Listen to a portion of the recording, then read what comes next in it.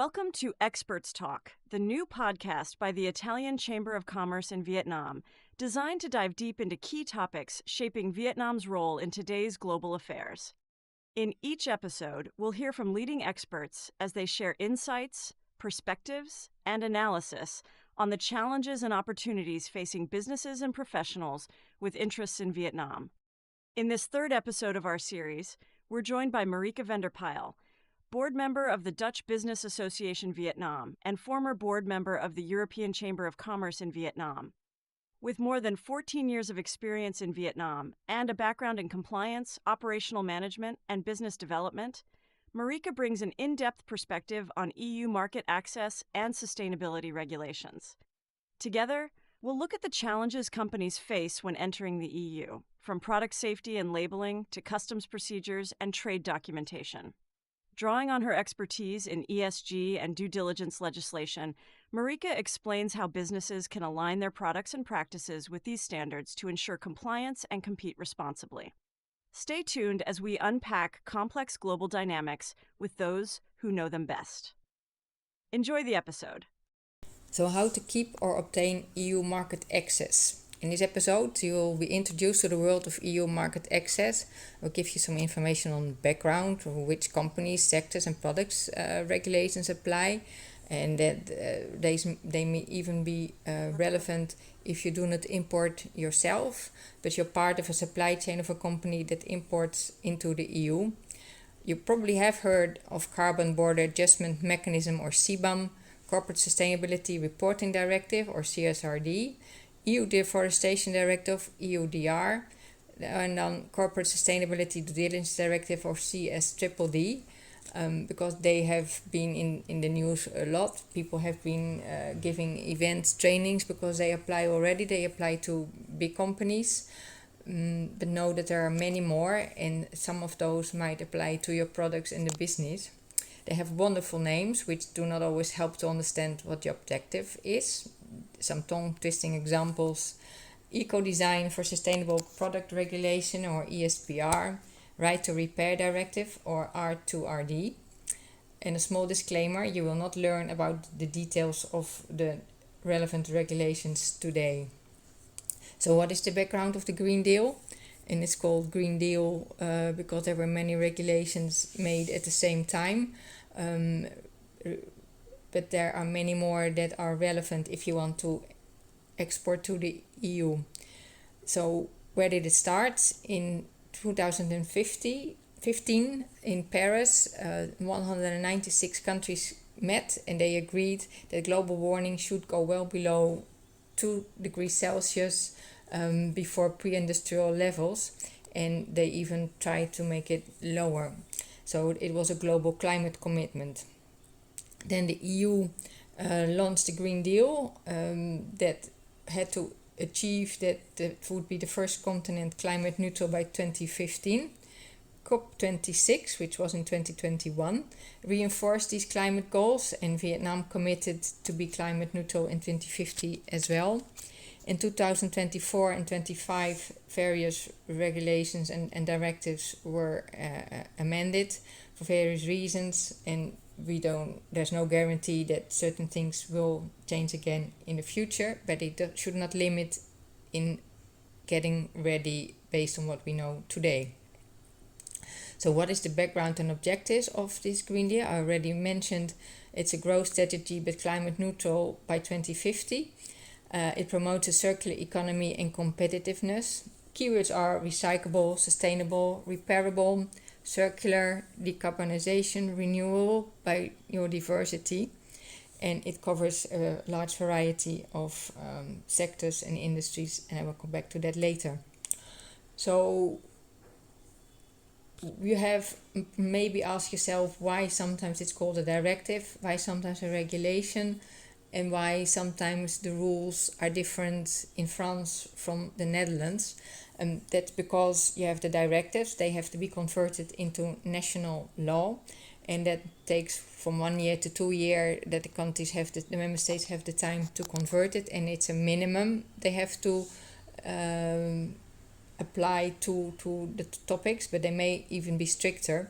And the regulation, they are in general directly applicable, and they are uniform rules, so there's less variation. That's why sometimes directives in the past have now been converted into regulations or going to be.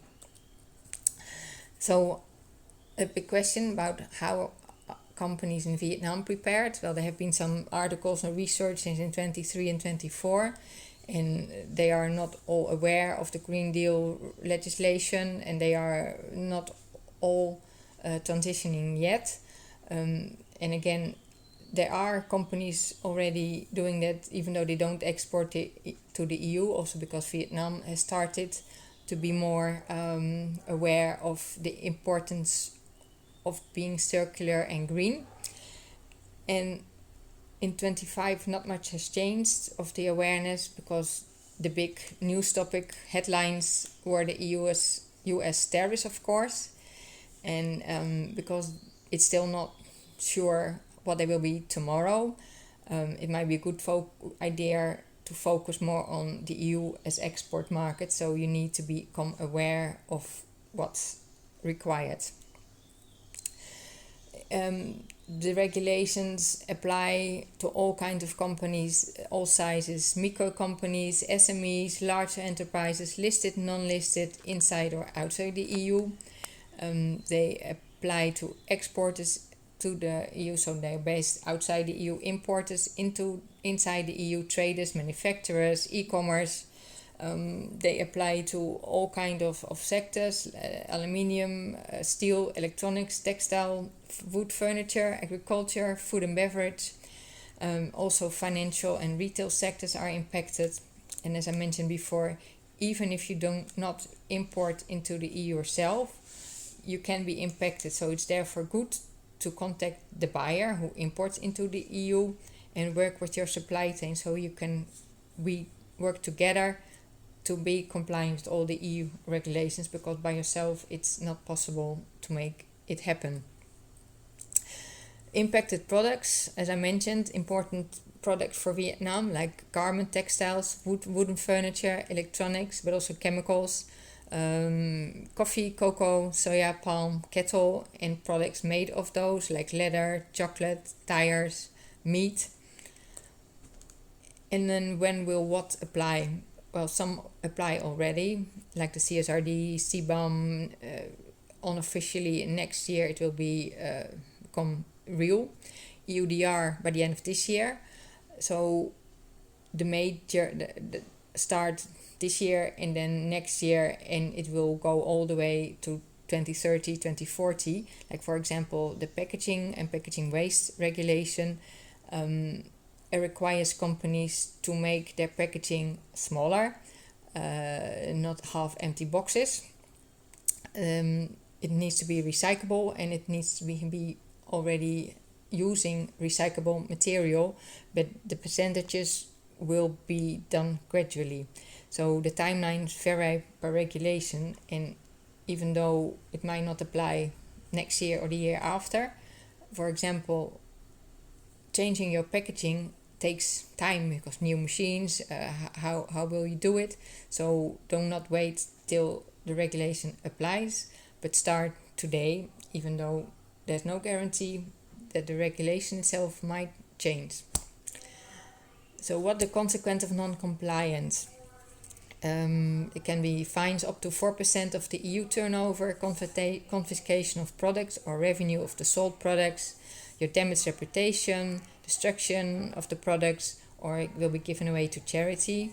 And again, it might not be that the company here in Vietnam will be fined or will be confiscated your products here, but if your product is the reason that the company who imported in the EU is non-compliant, they probably do not come back to you. So again, it's very important to work together with your buyer and know what the regulation requirements are. So where to start and to know what applies to you, your products. Well, is an EU website, and if you know your HS codes of the products, then it's really helpful because it shows which regulations apply, which product you need, what needs to be done. If you don't know your HS code, it's a bit harder to find the right regulations, but it does not really show future regulations. For furniture, I've seen that they mention the EUDR, but they don't mention some other regulations, and then even if they mention them, you do not really know what you have to do.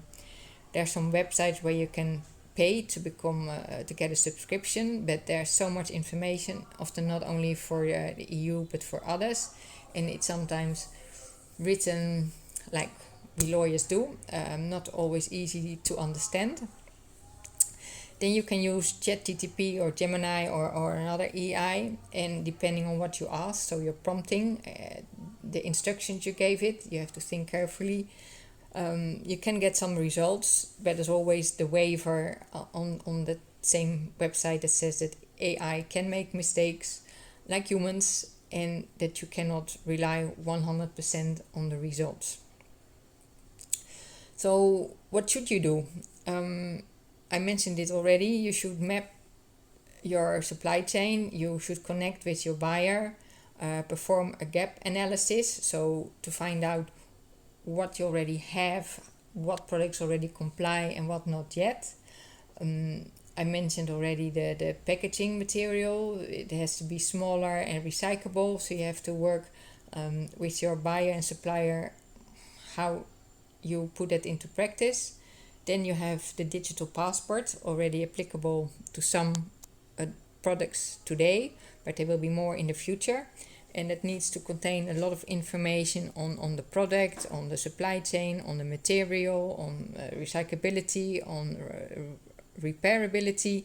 So you need to collect all that information and put that together. So once it's known how the digital passport will look like, because the EU is still working on that, then you have it ready and you can finalize it very quickly. And again, sometimes some changes take time, so better start today than tomorrow. Another good thing that may make you a bit happier after hearing all this is that EU regulations and directives do not apply only to companies in Vietnam. They apply to the whole world who is exporting their products to the EU. Is the EU the only block of countries that has these requirements? Also, no. They already exist, for example, in the UK, the US, Australia, Japan, Korea, China. The difference is that the EU has done it in a big block of legislation, and other countries doing it more invisible, so one by one, so it's not immediately visible, because every country has agreed, 196, that by 2050 the temperature need to be reduced, so that's why every country is working on it. For business is also always a question like, is it a threat or opportunity? Because it will cost money if you have to make changes, but you should see it as investments. Your reputation will improve because you meet the EU regulation. There's less risk that there will be environmental disaster, and so investors are happy because there will not be maybe a lawsuit in the future. Nowadays, employees, the younger ones especially, require companies to be sustainable, circular, and they will be happy to work with you. You can attract also easier employees. Your customers will be loyal. And then another important part is that sustainability promotes, encourages innovation. Like, for example, orange skin and coconut husk. Orange skin to make textile. I've seen a video about that. Coconut husk to make coal. So not the one that you use in the coal mines, but the same use you can have of it. Crustacean shells are changed into bioplastic, which is then easy to convert into, it's biodegradable. That's also helping to solve the plastic issue. Besides that, you do not only have to invest money, you also will reduce costs, because maybe you reduce your energy use, you use less water, and reuse waste. And if you start doing it today, you will gain a competitive advantage. It increases operational efficiency and reduces compliance risk, because if you do it but your competitor not yet, you are top of the list. So what are the key takeaways? Perform this gap analysis to check what you have and don't have, what you need to do. Connect with your buyers and suppliers to work as a supply chain together, and start implementing changes today.